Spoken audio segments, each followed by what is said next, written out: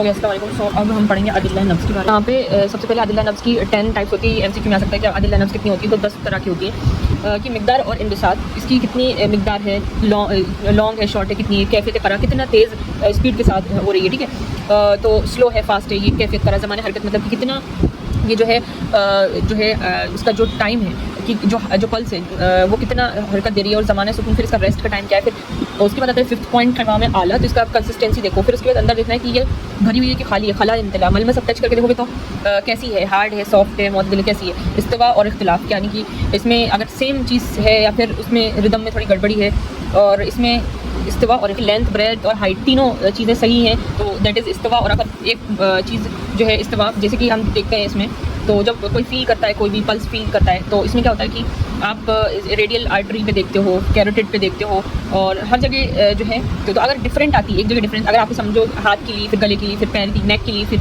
पैर के लिए, तो अलग अलग जगहों पे अलग अलग चीज़ आ रही है, तो इट इज़ इख्तिलाफ। अगर इस्तिवा यानी कि सब जगह सेम आ रही है तो इस्तिवा। निज़ाम और अदम निज़ाम में आप रिदमिया और रिदम से याद करो। निज़ाम यानी कि रिदम से चल रही है, और अदम निज़ाम यानी कि रिदमिया है उसको, कोई एक टाइप्स की किस्में बले हैं। अदिल्ला नब्ज़, अदिल्ला नब्ज़ की जो फर्स्ट ये मिकदार है, मिकदार की बात करें तो कितनी, अब इसको क्या करा है, इसको 3 चीज़ें बहुत ईजी वे में याद करो। इसको लेंथ, विड्थ, हाइट में इन्होंने डिवाइड करा है कि तवील कितनी, लॉन्ग इनटू शॉर्ट, और बीच में मोतदिल का पॉइंट करना, ठीक है, तो ये हो गई इसकी लेंथ। अब विड्थ देखो, विड्थ मतलब कितनी मोटी है या बारीक है ना, तो अरीज़ है, ज़ीक है, मोतदिल है। ज़ीक मतलब बहुत ही नैरो, और अरीज़ यानी कि मोटी, तो अर्ज़ होता है ना, तो वही अरीज़ से बना है। और फिर उसके लेंथ हो गई, ब्रेथ हो गई, फिर हाइट देखो, हाइट होती है मुशर्रफ, और एक होती है मुतफ़्फ़त, मुशर्रफ, मोतदिल। तो अब इसमें क्या होता है कि मुनखिफ़त है, तो जो आपकी हाइट देखोगे तो मुशर्रफ, मुनखिफ़त और मोतदिल, ये 3 चीज़ होती है, तो length into breadth into height, और अगर इन तीनों को अलग अलग 3 डायमेंशन से देखोगे तो 27 नंबर आता है, ठीक है, तो ये 27 चीज़ें इस टेंशन में 3 पॉसिबिलिटी है, तो 3 into 3 into 3 is equal to 27, बहुत इंपॉर्टेंट नंबर। फिर उसके बाद आता है यहाँ पर जो 6 किस्में हैं, और मज़कूरा बाला 27 किस्मों में से जो 6 किस्में के नाम मखसूस होते हैं, इसमें से जो 6 नाम बहुत इंपॉर्टेंट है, जैसे एक बिग पल्स है, एक शॉर्ट पल्स। बिग वाले में सारी चीज़ें अच्छी लगती है, यानी कि एक तो लॉन्ग मोटी, और जो आपकी लॉन्ग है, अरीज़ है, और हाइट में भी मुशर्रफ एलिवेटेड, तो जितनी भी अच्छी और ज़्यादा चीज़ें, मतलब ज़्यादा चीज़ें, जैसे कि लॉन्ग है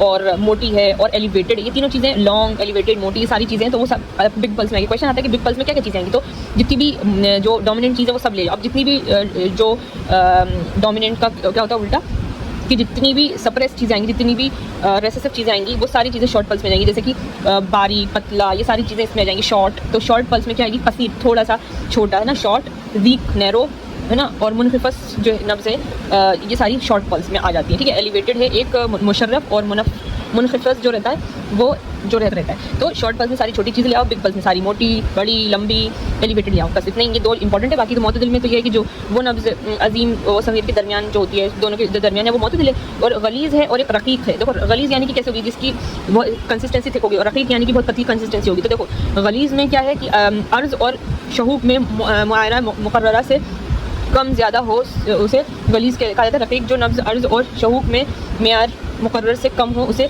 रकीक कहा जाता है।